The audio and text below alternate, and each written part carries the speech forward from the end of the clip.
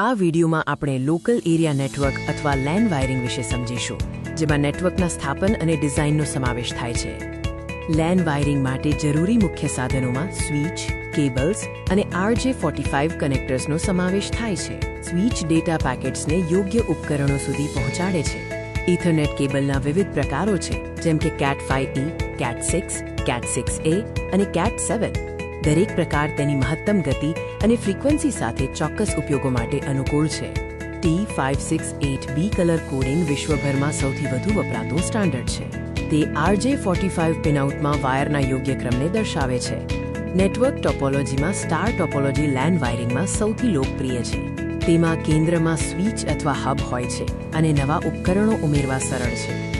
Wiring પ્રક્રિયાના તબક્કાઓમાં planning, cabling, crimping અને ટેસ્ટિંગનો સમાવેશ થાય છે. આ પ્રક્રિયામાં કનેક્ટિવિટીની ચકાસણી કરવી મહત્વપૂર્ણ છે. જરૂરી ઓજારોમાં ક્રિમ્પિંગ ટૂલ અને ટેસ્ટરનો સમાવેશ થાય છે, જે જોડાણો બનાવવા અને ચકાસવા માટે વપરાય છે. પેચ પેનલ અને રેક વાયરિંગને વ્યવસ્થિત ગોઠવવામાં મદદ કરે છે. વાયર્ડ લેનના ફાયદાઓમાં સ્થિર ગતિ, વધુ સુરક્ષા, કોઈ વિક્ષેપ નહીં અને મોટી ફાઇલો માટે શ્રેષ્ઠતાનો સમાવેશ થાય છે. પરફોર્મન્સ સરખામણીમાં Cat6 વાયર્ડ લેન 10,000 મેગાબિટ્સ પર સેકન્ડ સુધીની ગતિ આપે છે, જે વાયરલેસ Wi-Fi 6 અને Wi-Fi 5 કરતાં નોંધપાત્ર રીતે વધુ છે. મહત્વના આંકડાઓમાં Cat6 કેબલિંગ 100 મીટર સુધી સિગ્નલ લોસ વિના કાર્ય કરી શકે છે. સુરક્ષા ટિપ્સમાં ઇલેક્ટ્રિકલ વાયરથી દૂર રહેવું અને ગ્રાઉન્ડિંગ ચેક કરવું શામેલ છે. નમસ્કાર, ચાલો આજે વાત કરીએ લેન વાયરિંગ ધોરણો વિશે. હવે આ શબ્દો સાંભળીને થોડું ટેકનિકલ લાગે નહીં, પણ સાચું કહું તો આ આપણા ડિજિટલ જીવનનો પાયો છે. એ એકદમ મજબૂત પાયો. તો ચાલો ને આ પાયાને જરા નજીકથી સમજીએ. ક્યારેય પોતાના ડેસ્ક કે ટીવી પાછળ જોયું છે? હા, એ જ વાયરોનો ગૂંચવાયેલો જાળ. આપણા બધાના ઘરમાં આવું જ કંઈક દ્રશ્ય હોય છે, ખરું ને?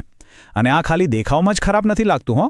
એનાથી આપણી ઇન્ટરનેટની સ્પીડ પણ ઘટી જાય છે અને કનેક્શનમાં વારે પ્રોબ્લેમ આવે છે. પણ આ સામાન્ય લાગતી સમસ્યાનો એક બહુ જ સરસ અને વ્યવસ્થિત ઉકેલ છે. તો પછી આ ગૂંચવણનો ઉકેલ શું? જુઓ, આપણે વાયરિંગને છેલ્લી ઘડીનું કામ સમજવાની ભૂલ કરીએ છીએ. એના બદલે ચાલો એને આપણા ડિજિટલ ઘરની બ્લુપ્રિન્ટ તરીકે જોઈએ. એક એવો નકશો, એવો પાયો જે બધું જ એકસાથે વ્યવસ્થિત રીતે જોડી રાખે. અને આ સરખામણી તો એકદમ પરફેક્ટ છે. તમે જ વિચારો, શું કોઈ બ્લુપ્રિન્ટ વગર મજબૂત ઘર બનાવી શકે? ના જ બને, રાઈટ? બસ એ જ રીતે પ્રોપર સ્ટેન્ડર્ડ્સ વગર એક મજબૂત અને ભરોસાપાત્ર નેટવર્ક બનાવવું લગભગ અશક્ય છે. જો આપણે એમ કરીએ તો સમજી લો કે આપણે જાતે જ મુશ્કેલીઓને આમંત્રણ આપી રહ્યા છીએ. અહીં તફાવત એકદમ સ્પષ્ટ છે, બરાબર ને? એક બાજુ છે પેલું ગમે તેમ કરેલું અવ્યવસ્થિત વાયરિંગ, એને એક કાચી ઝૂંપડી જેવું ગણી શકાય. અને બીજી બાજુ છે સ્ટ્રક્ચર્ડ કેબલિંગ, જે એકદમ પ્રોફેશનલ આર્કિટેક્ટે ડિઝાઇન કરેલા મજબૂત ઘર જેવું છે. ભરોસાપાત્ર, વ્યવસ્થિત અને ટકી રહે એવું. હવે પસંદગી તો સાવ સહેલી છે, શું કહો છો? ઓકે, તો આ મજબૂત ડિજિટલ ઘર બને કેવી રીતે?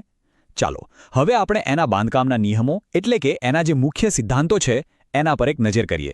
આ છે એક સારા નેટવર્કનો અસલી પાયો. જુઓ, સ્ટ્રક્ચર્ડ કેબલિંગનો મતલબ ખાલી વાયરને સરસ રીતે ગોઠવી દેવા એટલો જ નથી. ના, આ તો એક આખી સિસ્ટમ છે, એક સ્ટેન્ડર્ડ રીત છે જે એ પાક્કું કરે છે કે નેટવર્કનો દરેક ભાગ એકબીજા સાથે તાલમેલમાં કામ કરે. એકદમ બિલ્ડિંગ કોડ જેવું જ સમજો, જે ઘરને મજબૂત અને સલામત બનાવે છે. બસ એ જ રીતે.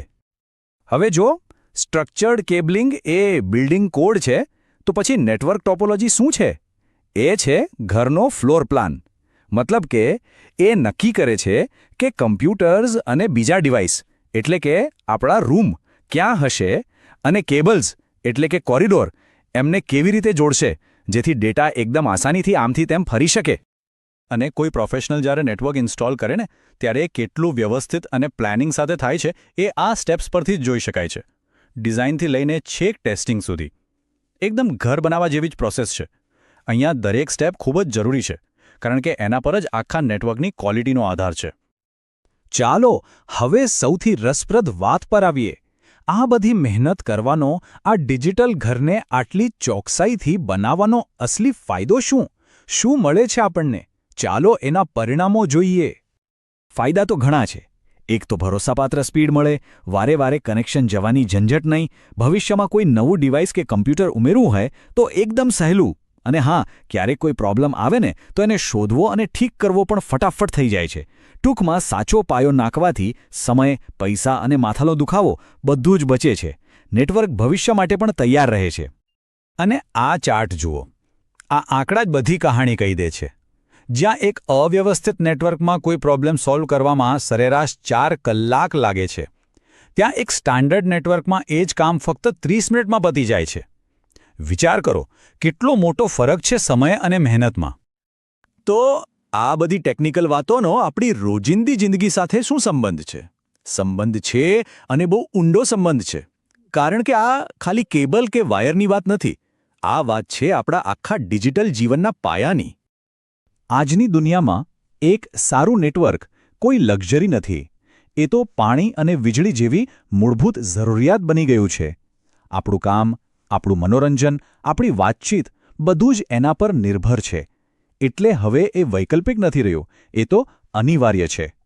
અને એટલે છેલ્લે એક સવાલ વિચારવા જેવો છે. આપણું ભવિષ્ય તો વધુને વધુ કનેક્ટેડ થવાનું છે, એ નક્કી છે. તો શું આપણું ડિજિટલ પાયો એના માટે તૈયાર છે?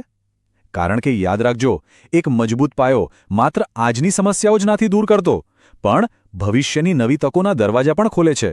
આ વિશે જરૂર વિચારજો. આ વિડીયોમાં મજા આવી? જો તમને આ વિડીયો ગમ્યો હોય તો તેને લાઇક કરો અને તમારા અન્ય મિત્રો સાથે પણ શેર કરો. આવા વધુ માહિતીપ્રદ વિડીયો જોવા માટે મોતીલાલ ભોએ ચેનલને સબસ્ક્રાઇબ કરો. આ વિડીયો જોવા બદલ આભાર.